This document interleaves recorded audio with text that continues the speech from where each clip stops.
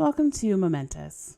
I am Pastor Rebecca Great, the pastor mission developer for Momentous and the host for our weekly podcast. At Momentous, we believe that God is present with us in each and every single one of our moments. We believe that our stories are connected to God's story and to one another's stories. We believe that this connection and relationship changes our lives and our entire world. Now, before we begin, I invite you to take a deep breath in and to hold it while you count to 3, and then slowly release that breath.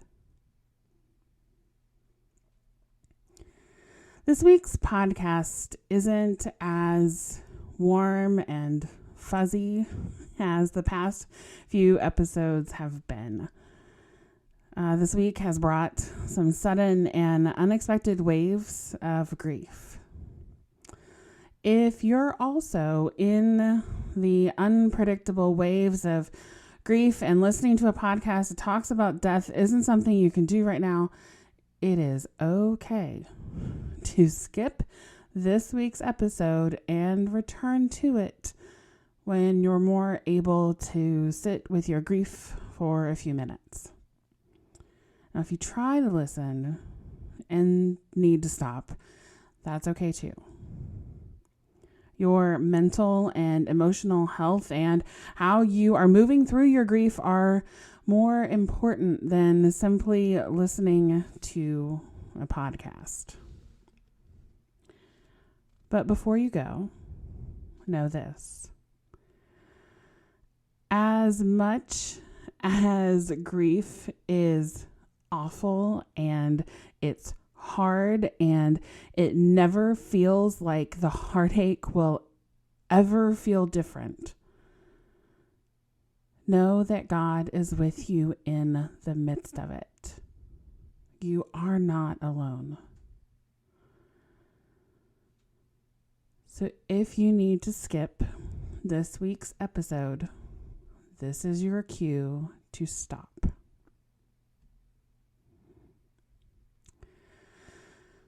So this past week was the first week of the month of May. It is finally at the point where I think the final frost of this past winter is done and all the things in our yard are starting to look greener and they're popping into bloom. Now, many days a week, I work from home. So I was delighted at being able to finally open some of the windows and have hours of fresh air enter a house that has been closed up since late fall. And it's good to hear the noises of the neighborhood and to listen to my dog bark and protect us from every stranger and unexpected sound.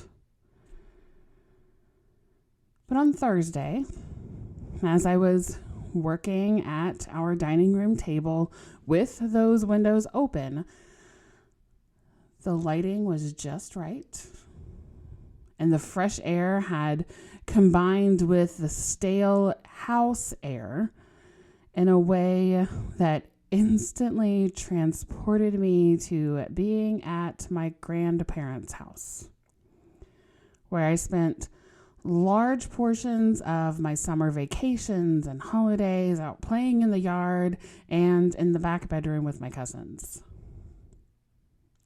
And in the middle of designing graphics for our social media page, I am crying out of nowhere. Now, we had a few warm days a few weeks ago where I spent some time on our back porch listening to the sounds in our backyard and reading a book and burning some frankincense while I read. And the first night I went out to do this, at the first whiff of frankincense smoke, I was instantly transported to being back in college at the Lutheran Campus Ministry at West Virginia University and thinking about my 5 years involved with that ministry. And I am crying out of nowhere.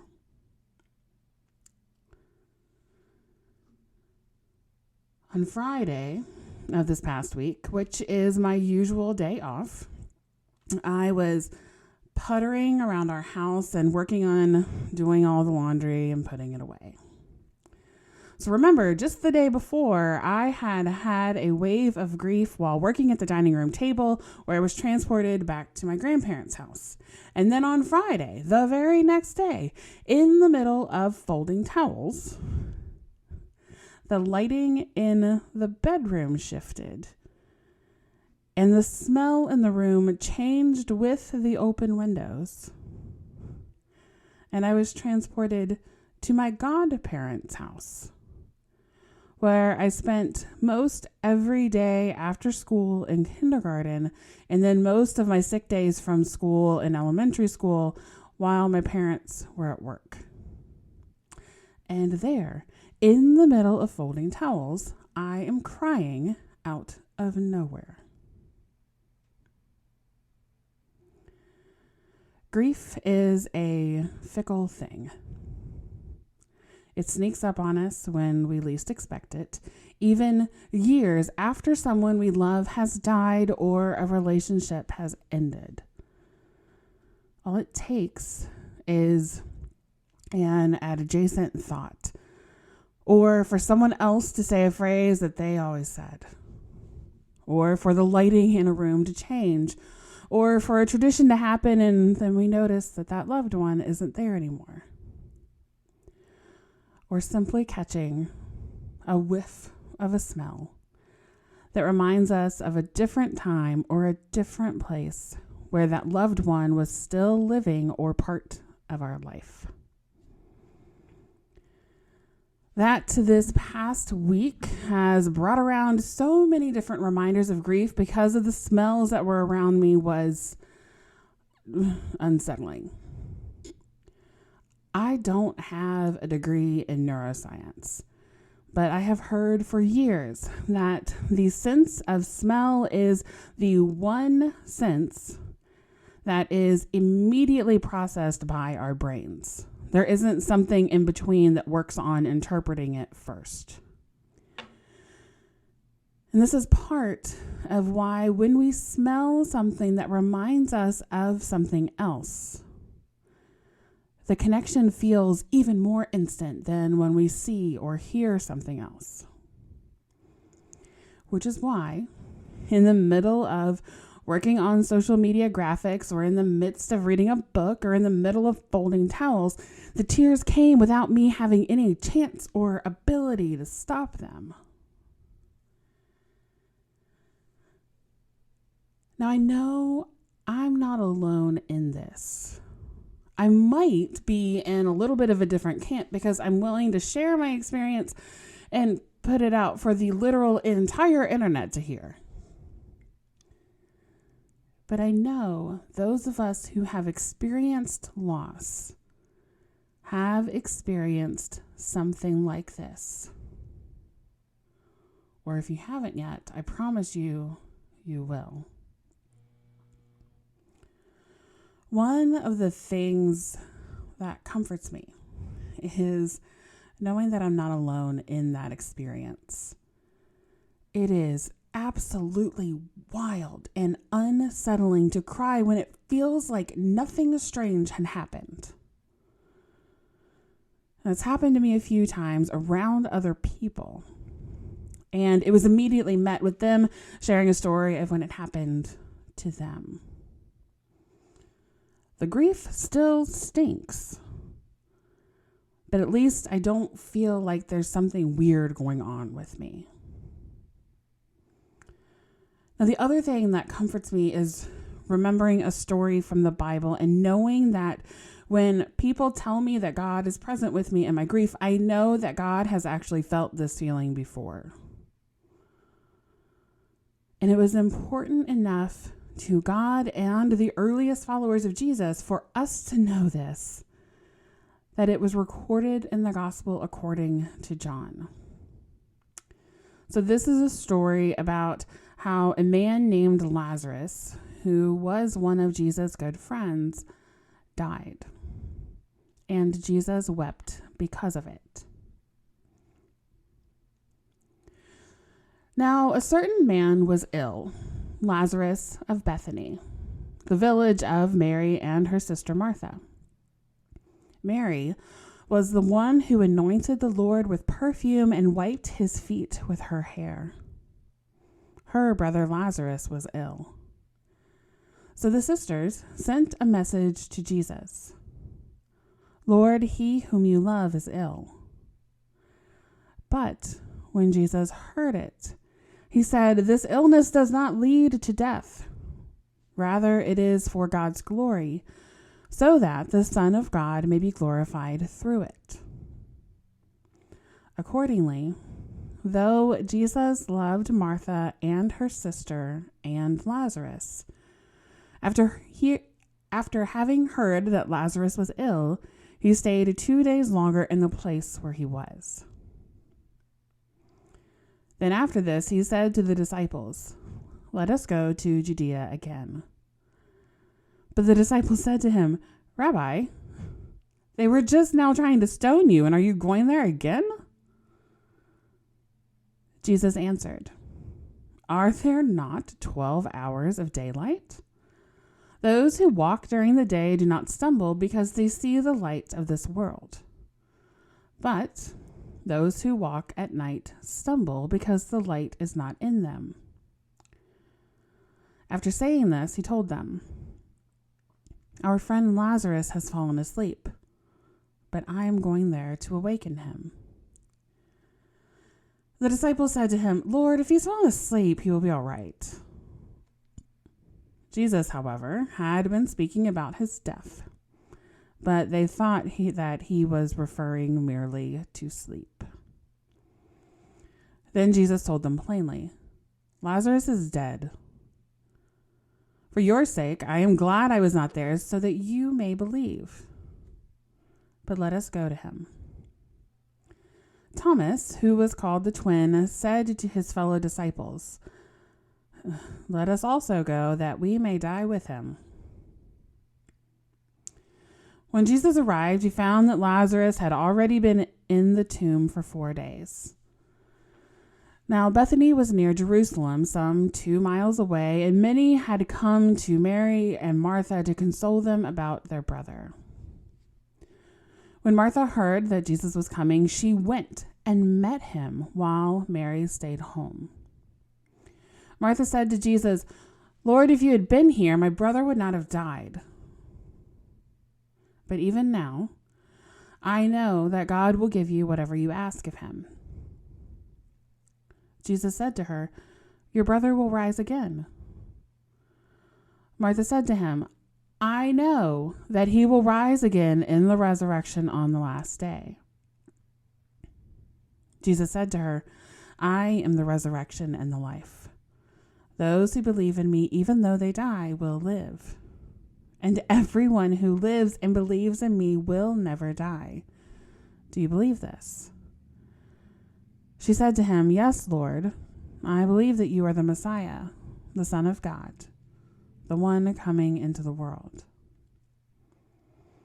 When she had said this, she went back and called her sister Mary and told her privately, the teacher is here and is calling for you. And when she heard it, she got up quickly and went to him. Now Jesus had not yet come to the village, but was still at the place where Martha had met him. They who were with her in the house consoling her saw Mary get up quickly and go out. And they followed her because they thought that she was going to the tomb to weep there. When Mary came to where Jesus was and saw him, she knelt at his feet and said to him, Lord, if you had been here, my brother would not have died. When Jesus saw her weeping, and those who came with her also weeping, he was greatly disturbed in spirit and deeply moved. He said, where have you laid him? And they said to him, Lord, come and see.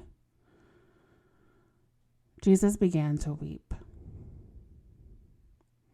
So they said, "See how he loved him." But some of them said, "Could not he who opened the eyes of the blind man have kept this man from dying?" Then Jesus, again greatly disturbed, came to the tomb. It was a cave, and a stone was lying against it. Jesus said, "Take away the stone." Martha, the sister of the dead man, said to him, "Lord, already there is a stench because he has been dead for 4 days." Now, the King James Version of the Bible translates this verse as, "Lord, by this time he stinketh, for he hath been dead for 4 days." And that translation of this verse is the inspiration for this podcast title. Now, Jesus said to her, "Did I not tell you that if you believed, you would see the glory of God?" So they took away the stone, and Jesus looked upwards and said, "Father, I thank you for having heard me. I knew that you always hear me, but I have said this for the sake of the crowd standing here, so that they may believe that you sent me." And when he had said this, he cried with a loud voice, "Lazarus, come out." And the dead man came out, his hands and feet bound with strips of cloth, and his face wrapped in a cloth. Jesus said to them, "Unbind him and let him go." Many who had come with Mary and had seen what Jesus did believed in him. Now, there is a second story, one that is alluded to at the beginning of what I just read, that we learn about in the next chapter of the Gospel according to John. So chronologically, the story I just read did in fact occur prior to the next story I'm going to read. But when the Gospel according to John was actually written down, the writer wanted to make sure we understood that these stories should be read and held and understood together. That the characters were the same characters.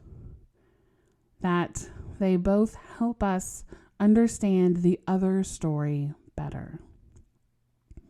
So this is another story about grief, and another story that mentions a smell associated with anticipatory grief.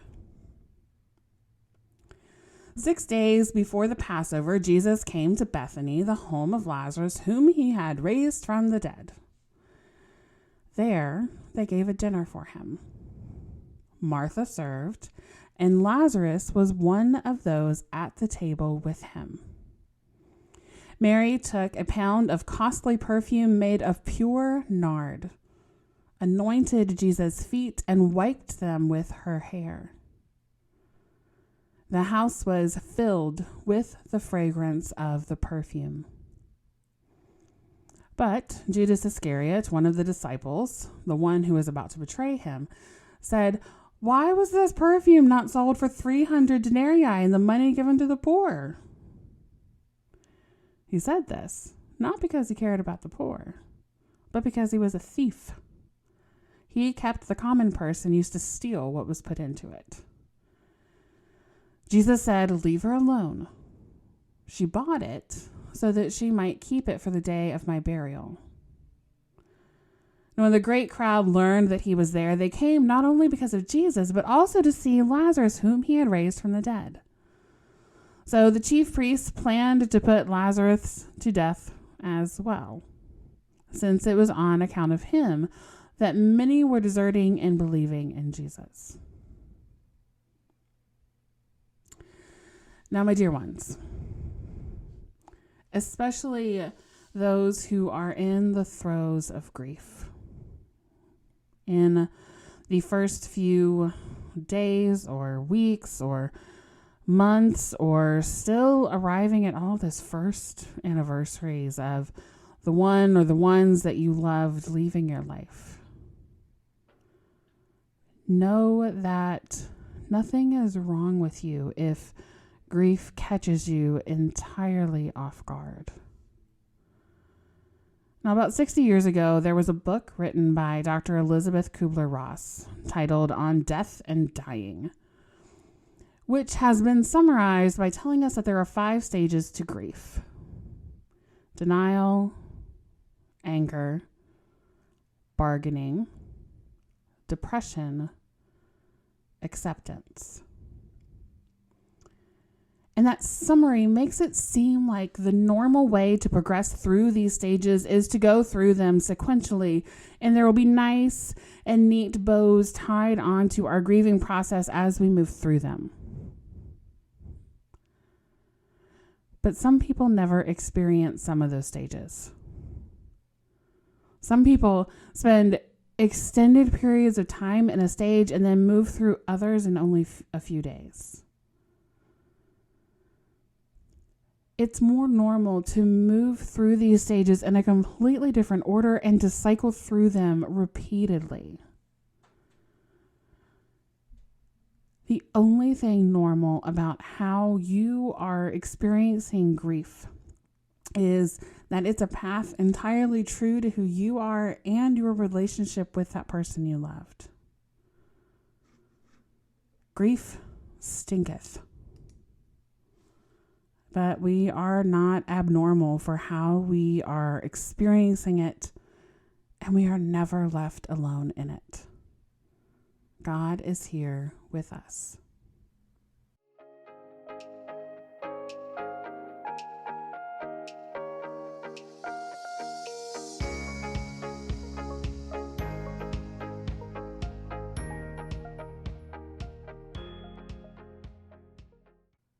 A prayer for when the tears fall.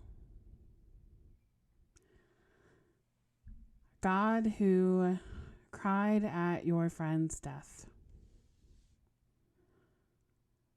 why does it still hurt years later? Why does grief last so long? Mark our days with reminders of our loved ones and how important they were to us. Mark our days with reminders that you are here with us and that you have felt this too. And that what we're feeling is somewhere near normal. And even if we aren't sure yet what these phrases about resurrection and last days actually mean, plant seeds of hope within our hearts and this community we are growing with. Make hope of life with you and an everlasting reunion with those you love be the seeds that grow and fill our hearts. Amen.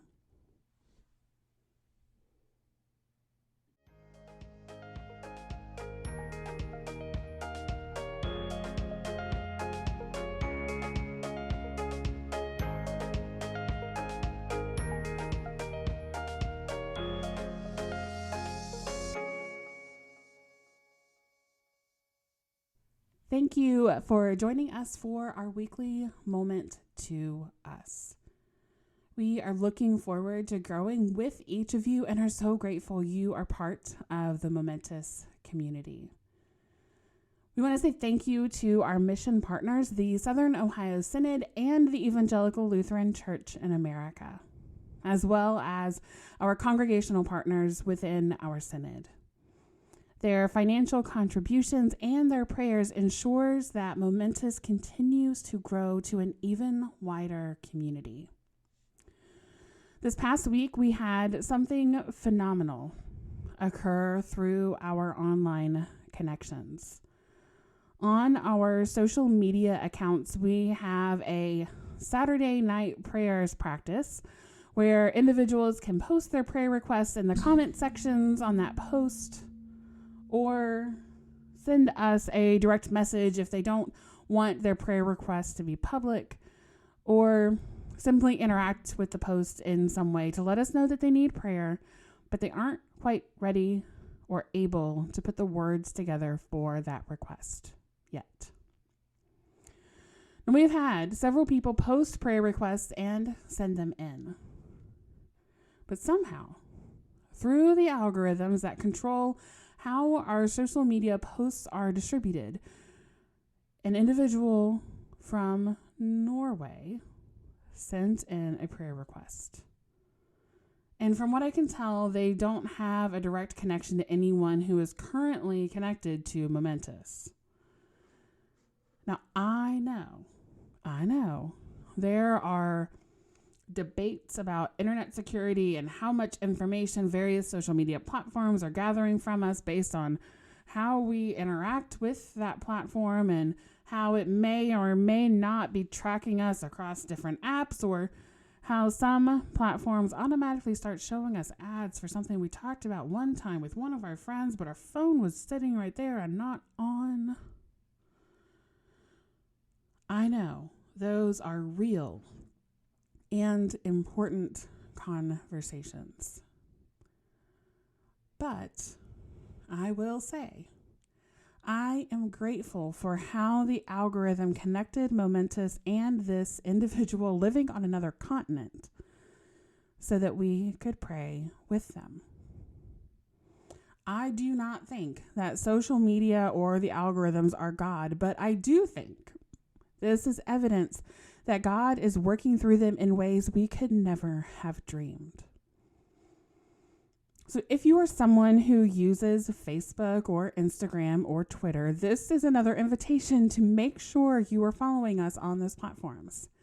And you can find us by using our handle @DailyMomentous. And on Facebook and Instagram, make sure you check out our stories this week through Thursday, May 11th, 2023. We are currently asking for help from our community to help us plan for our fall podcast season. Now, this doesn't mean our podcast is going on summer vacation, because we'll be announcing more about our summer series in a few podcast episodes. But we want to hear your answers to the question: what confuses you about God, the Bible, the church, or Christianity? I believe you need to use Facebook or Instagram on your mobile device to respond directly to the story on those platforms. So if you only use those platforms on your computer, or if you are only a Twitter user, you can send us a direct message, a DM, with your answer or answers to that question. And if you don't use social media at all, you can send us an email with your answers to that question too.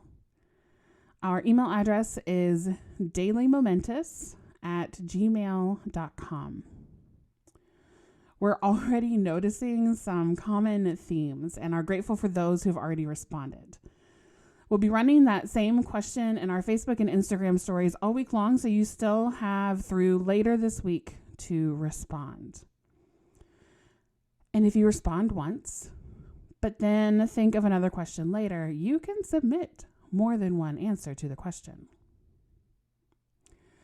Every time you interact with us online through social media, it helps the algorithms know that this is resonating with you, and noticing God's presence is something worth sharing online.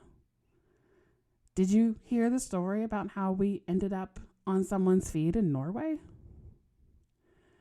Each interaction helps our community reach even more people through your profiles and for how each platform engages with your friends and followers.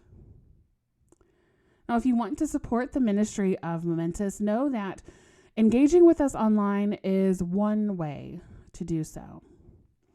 If you are able to give financially, you can visit our website and use the donate link. Each one-time or recurring gift combines together to ensure the Momentous community continues to grow. And we give thanks for each and every single one of you for being a part of the Momentous community and for listening to God's call to try something new and for beginning to notice God's presence even more frequently in your life and in our communities and in our world. Until our next podcast, remember to breathe deeply and that God is present with you every single moment.